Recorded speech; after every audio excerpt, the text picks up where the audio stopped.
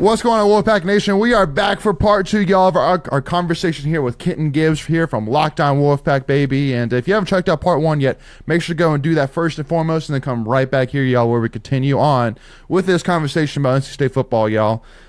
So, Ken, kind of one thing which I want to mention, being a former player, I really wanted to get your thoughts on this. I'm sure you've talked about this, but I mean, I haven't heard it from you yet, and so, I want to ask you personally, man, but a lot of talk has been coming on about the Boos Brennan Armstrong. Mm-hmm. And again, I mean, I know with you, Ken, I mean, you're a lot like us where, hey, listen, then they, just like you said on the last episode about Porter Rooks, hey, listen, man, like, I'm not going to talk about you bad as a person. I'm not going to talk about you bad. But then, listen, if you're falling short, I mean, I got to call like I see, and I got to say, hey, you're falling short.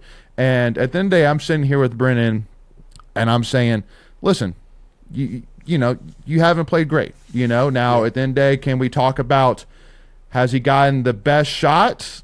I'm not sure. You're looking at the game plan between UConn and Notre Dame and those guys, and then seeing what MJ got, against Marshall, a little bit different there. But again, obviously, a lot has to come down with the fact that he just came into a tough situation because the fans and obviously even some of the players wanted MJ Morris to be that guy from the start. It's obvious. Like, it's so obvious.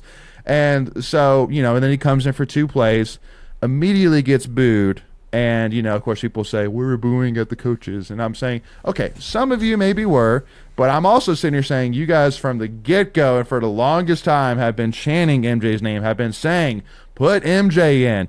But yet, when Brennan comes on and you boo, you're going to say, well, it was at the coaching. And I'm saying, well, okay, you can say that, but I'm also saying, obviously, the players took it the way that most of us see it, which is that you're booing at Brennan. And